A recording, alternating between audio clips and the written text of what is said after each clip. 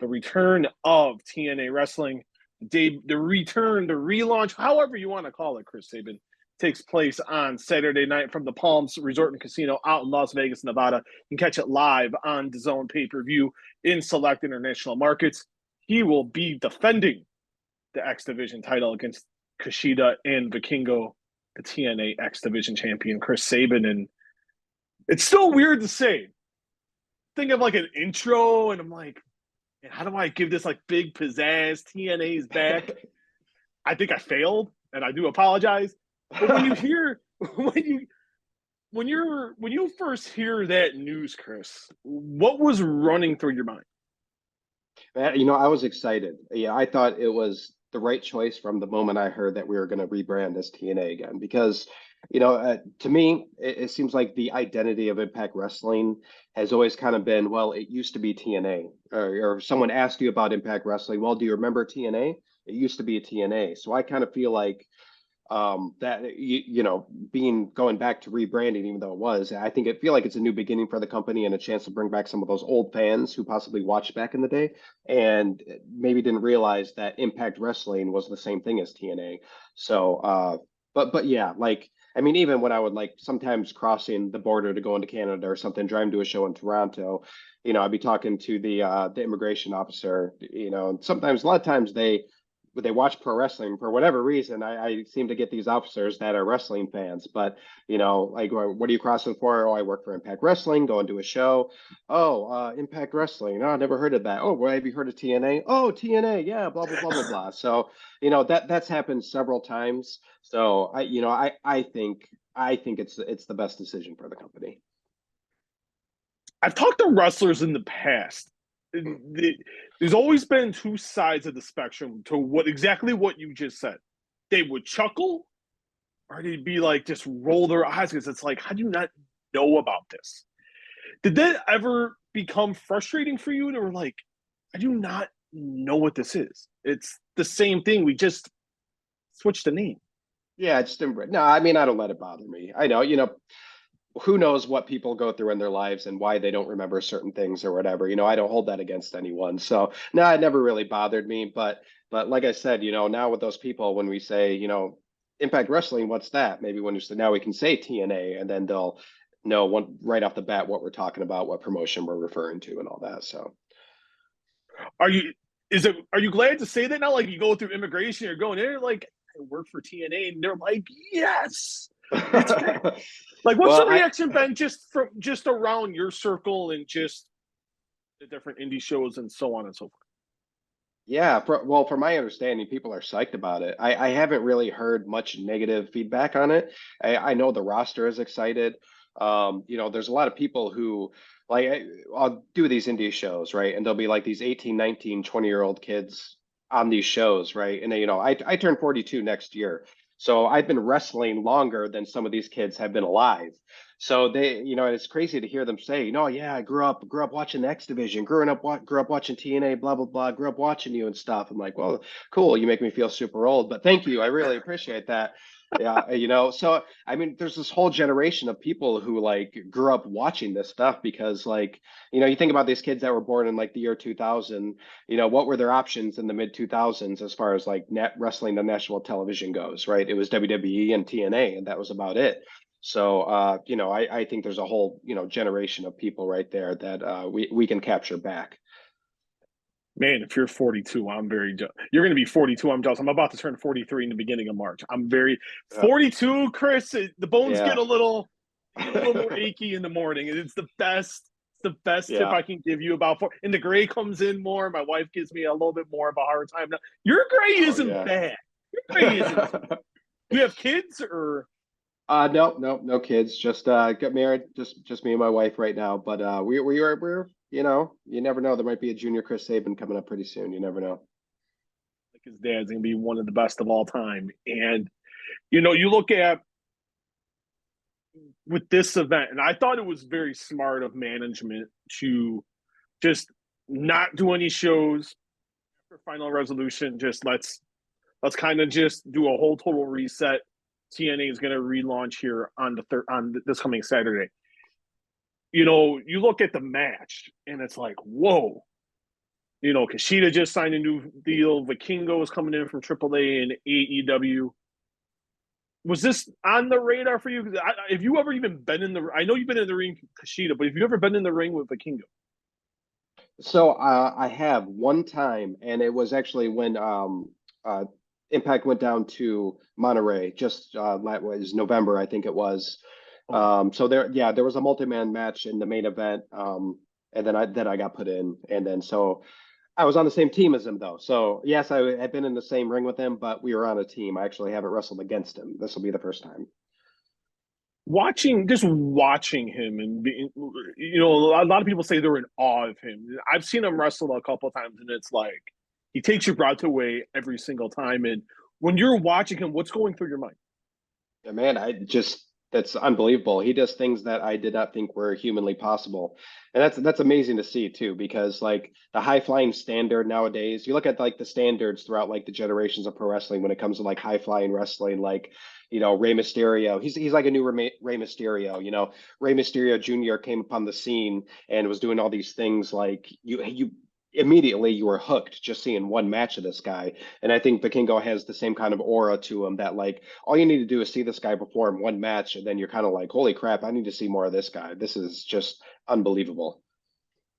How would you look at the X division now compared to, like you said, the mid 2000s, like that 2005, 2006, 2007? I mean, it's different for sure, but like it's same in the sense that I'm still in the X division, I guess. Like that's if you want to draw like you know, a comparison of things that are the same. But you know, the X division is always kind of represented like the future of wrestling. I would like to say, and you know, even though I'm older, I feel like I can still keep up with these like younger guys, these young, you know, 20-year-old guys that, and I appreciate still being in the division with these guys too, because they push me, because I realized that, you know, I'm not as much of an athlete as I was when I was like in my early 20s. So I really got to step it up and push myself a little more, just because, you know, as you get older, you lose athletic ability and all that stuff. So but yeah, it's just, you know, it's a chance for younger wrestlers and maybe wrestlers that are a little on the smaller side to like have a chance to prove themselves. And I think that's kind of what the X division always represented is, you know, giving people a chance to prove themselves that maybe didn't really have a chance before.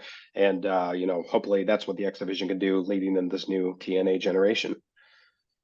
You know, you talk about getting a little bit older and having to push yourself. And what have you been doing to make sure your body does stay in prime condition? Yeah, you know, just try to keep up on what like, you know, the latest information is as far as like exercise, health, longevity goes. You know, I have to focus a little more on longevity now as opposed to just, you know, trying to be like the best athlete I could possibly be. You know, there's other factors that I have to take into consideration the older I get. So, you know, and I have to be more consistent about it too. I probably can't take as many off days as I could back in the day. And, you know, I probably can't recover as well as I could back in the day, but you know, you just got to find that balance, man, and you got to be consistent and you got to be disciplined. What's the normal recovery time for you now? I mean, I guess it depends on what happens. You know, Okay. after a match, I tell you, I mean, but I don't bounce back like I used to. Like if I have a weekend where I have 3 shows in a row, and man, I could bounce back like, you know, in a day. And it does feel like it takes me longer to bounce back after like a long weekend like that with the travel. You know, it just does feel like it takes its toll a little more. But you know, thankfully with my schedule, I'm still able to have enough recovery time. How would you look at 2023 for you? Oh, a great year. Probably one of the best years in my career for sure, as far as like just you know, being successful goes. It was cool to see the company like rise. I think with myself and Alex Shelley, you know, becoming the top guys in the company was really special for me. I've always wanted to see Alex Shelley become a world champion. I know he's deserved it, and you know, he's one of those guys who I knew if he was just given the chance to have a run on top, that he could take the ball and run with it. And I think that's what he's done too. And you know, I'm happy to be the X Division champion while he's the world champion. I think that's extremely cool. But at the same time, we still have tag team matches as the Motor City Machine Guns. So we're singles wrestlers, we're tag wrestlers, we're champions. Like, yeah, I think it was just a great year for us. Did you give him any tips on how to handle being the guy? Nah, my reign lasted like 3 weeks, man. So Don't matter. You're still in the history books, Chris Sabin. You that's were true. still That's on top true. of that. You're still on top of the mountain, my friend. You got to give yourself some props. Yeah, for sure, for sure. And the moment of the match, like that was one of the greatest moments in my life. Just the moment of the 1, 2, 3 and the crowd going crazy and the realization that I won the world championship. That's super cool. I'll remember that till the day I die. That was one of my greatest accomplishments and something I will always remember and just be grateful that happened. But yeah, he didn't need any advice from me. He knows what he's doing. He's an intelligent guy. He works hard, and yeah. I was talking to my son, and he's big into wrestling, and he asked me, "Well, Dad, they're friends. They both have titles. Can they challenge each other for each other's belts?" And I'm like, you know what? I'm going to put that in my notes, and I'm going to ask the question. Well, we could. A title unification to me doesn't seem like the worst idea. We do see it in No. wrestling sometimes. Yeah, for sure, for sure. And you never know. I mean, there's still a chance that could happen, and if enough people want to see it, you never know. But right now, I'm happy with the way things are going. I don't need to like end his reign myself or anything. Like Ooh, I want my friend to succeed. smack talking. People are, and this. I know this, and this interview will go up. I think either probably tomorrow or sometime tomorrow or early Thursday, and they're gonna take that clip, Chrissy. So talking smack about your great Oh no. friend. What? How was I talking? I wasn't talking smack at all. I just said I don't want to be the one to take the title from him. Yeah, smelling it there. Oh I thought a man. cool I saw the other day on social media was you getting presented with the new belt, the TNA X-Division Yeah. title. And I can just see Yeah. the glee in your eye. You were like that 6-year-old kid getting to have a lollipop for the first time. That was a really, really cool moment with you and Scott. Yeah, it was. It was really cool, and I was so impressed with seeing the new title. I was like kind of blown away seeing it for the first time. That was literally the first time I saw the championship. I didn't see it before that at all. So that was a genuine reaction. And man, I think the belt looks really really cool. It looks like kind of a combination of all the old X Division Championship belts merged into one. There's a lot of detail on it and everything. You can tell that they worked hard to design that belt, and they did an amazing job.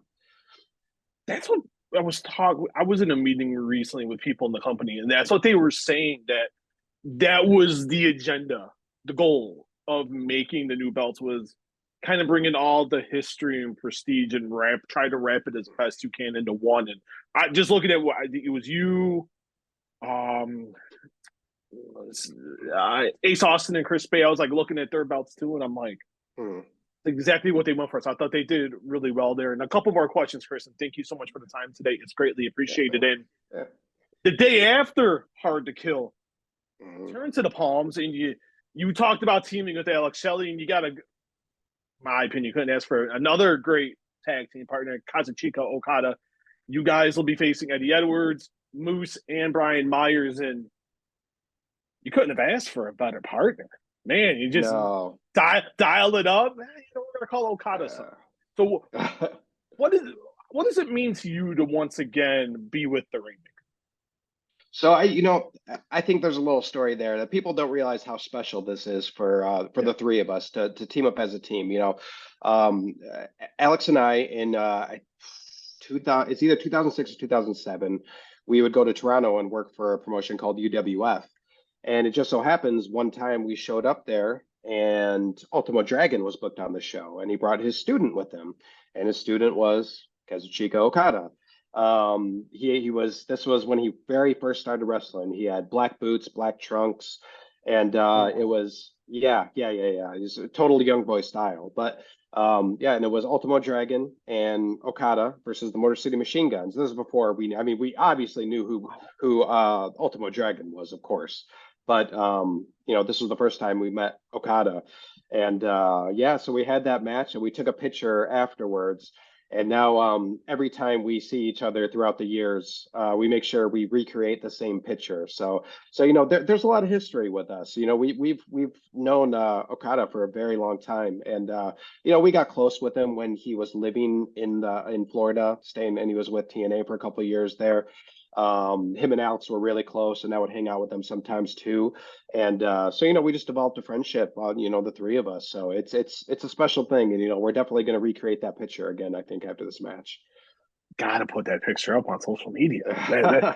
That's the one. That's one for the history books. And could you see it then, even 2006, and then even when in his days with TNA, could you see that? Okay, this guy is going to be really special. Yeah, absolutely. Not only because of how good he was in the ring, but just like his size.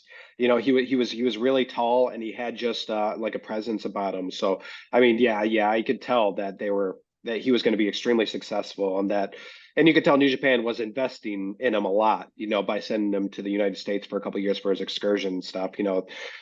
So you know, he was a guy that they wanted to succeed, and just look at his career, man. He's succeeded and then some. When we talked in April, and I was rewatching part of the interview, and I did not ask you a question that I wish I would have asked, and I kicked myself in the foot, and I'm going to ask you right now. Okay. Who are the top 3 TNA tag teams of all time not named the Motor City Machine Guns? Oh, yeah, that's tough. I mean, without a doubt, America's Most Wanted and Beer Money are 2 of those 3 for sure. There's no doubt in my mind. Number 3, it's because we're talking all time here, legacy, maybe Team 3D. You know, it's probably a toss up between Team 3D and LAX, I would say. You can't go wrong. It is tough. You can't go wrong with either one of those. That's yeah. I know sure, Bully won't get upset at that. All right, good. he won't get upset at that one. He'll put the credit where the credit is due, and we'll end with this. And where do you see TNA going in 2024? Man, you know, I'm not sure exactly where I see it going. I just want to see the company grow. That's all I care about. I just want to progress. You know, as a company, I want us to bring in more viewers. I want us to be more successful. I want everyone to make more money. I want us to have more fans. I want us to draw bigger crowds. Like I just want the company to be better. That's all I can really hope for. And however that looks, it might not be as quick as I hope it happens, and it might be quicker than I say it'll happen. I have no idea. You know, I'm kind of open. I just want to work hard and, you know, continue to work along side by side with, you know, everyone that I consider my family in this company, and just help the company succeed for everybody. He will be defending the TNA X-Division title against Kushida and Vikingo this Saturday night at TNA Hard to Kill, live on DAZN pay-per-view in select international markets. Chris Sabin, it's been almost 9 months since we've traded. This has been great. Yeah. Thank you so much for the time today. It means a lot. Thank you. I'm looking forward to the show on Sunday. Saturday. I'm used to pay-per-views being on Saturday, days of the week. All good. But I'm looking forward to the match on Saturday, and hopefully when you come back to Chicago, we can talk again. Sounds good. Dude, thank you so much for having me on. I appreciate it.